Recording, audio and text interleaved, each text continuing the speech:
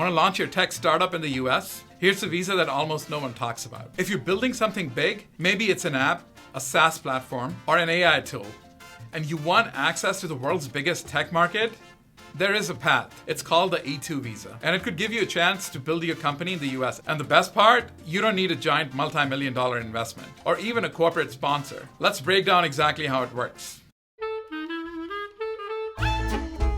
Hi, I'm Sharik Khan, the South Asian attorney. I'm licensed to practice law in the US, and I help people worldwide with US immigration law.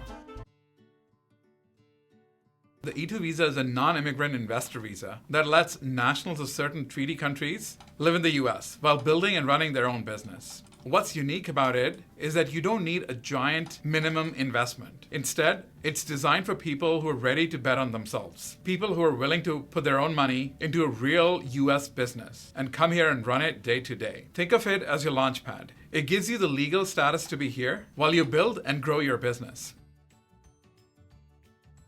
So who qualifies? First, you need to be from a country that has an E-2 treaty with the US, and there are many.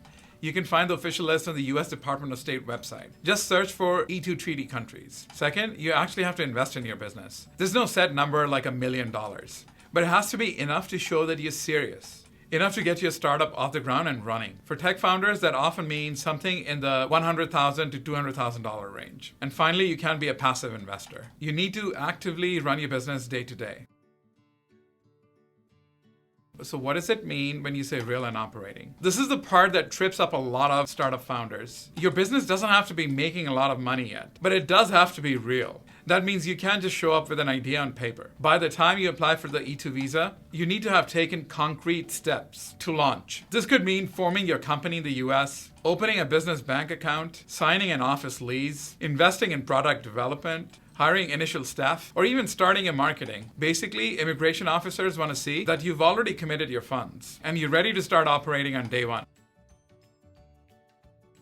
Honestly, tech startups can be a great match if you approach the E-2 visa the right way. You can start small and scale up as your funding grows. SaaS and AI companies often have lower overhead, but a strong job growth potential. And that's exactly what the government likes to see. You don't have to be profitable on day one. What matters is showing that your business is viable and will eventually create US jobs. And here's a big perk. There's no hard time limit. As long as your business stays active and keeps growing, you can keep renewing your visa indefinitely. This flexibility is huge. I see founders make some avoidable mistakes all the time. For example, they apply too early, or they keep their investment money just sitting in their personal account instead of actually spending it on the business. Another common one is submitting a business plan that's vague and generic, without real numbers, timelines, or hiring plans. These kind of things can actually hurt your chances, even if your idea is solid. Now, just to be clear, the E-2 isn't a green card. It doesn't directly lead to permanent residency. But for many international founders, it's the fastest way to get to the US. Once your company grows, you can move to something like the EB-5 green card. In the meantime, the E-2 visa gives you what you need the most: time and presence in the US. All right, so in the meantime, if you have questions, feel free to contact my office. I'm Sharik Khan, the South Asian attorney. Thanks for watching, and I'll see you next time.